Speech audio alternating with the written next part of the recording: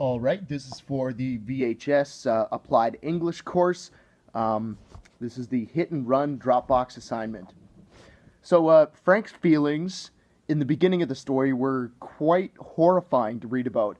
There are a few things that really made me feel disgusted about him in the beginning. For instance, when the author writes, it was relieving, a pleasure in the moment, and he talks about how Frank's shoulders visibly sank as he was relaxed. Well, the first thing I thought is this is hardly the reaction a person should be having in the wake of a serious accident. And things begin to sound even worse when he is described to be standing in apparent collectedness. How he's standing in front of these two girls he's just run down, wondering if there will be tea ready when he gets home. Again, this goes against all my thinking, and I'm left wondering how Frank could be thinking about such an offhand thing. Really, my thoughts about this character at this point in the story were quite sinister.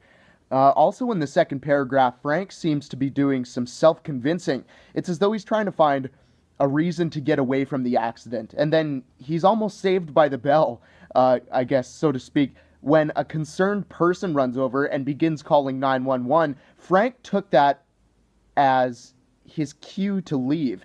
And not only does all of this add to the horrid first impression we're given of Frank, but this really gives away a lot about the character for me.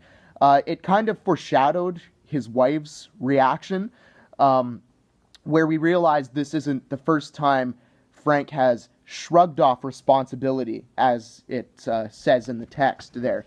Of course, all of these confusing feelings Frank is having in the beginning start to make sense near the end of the story. We're slapped in the face with the fact that Frank's mother is dying of cancer. And this is information that he's discovered just before his journey home. The journey home in which he hits these two young girls. None of this really changes the fact that his actions and feelings are unforgivable, but I think it does provide some explanation. I think Frank was definitely suppressing a lot of feelings. He didn't even tell his wife the grave news.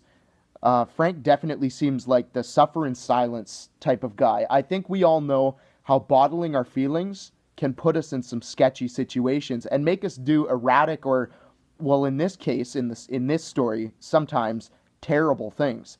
I do love the conflict, and I love the way that this story is written.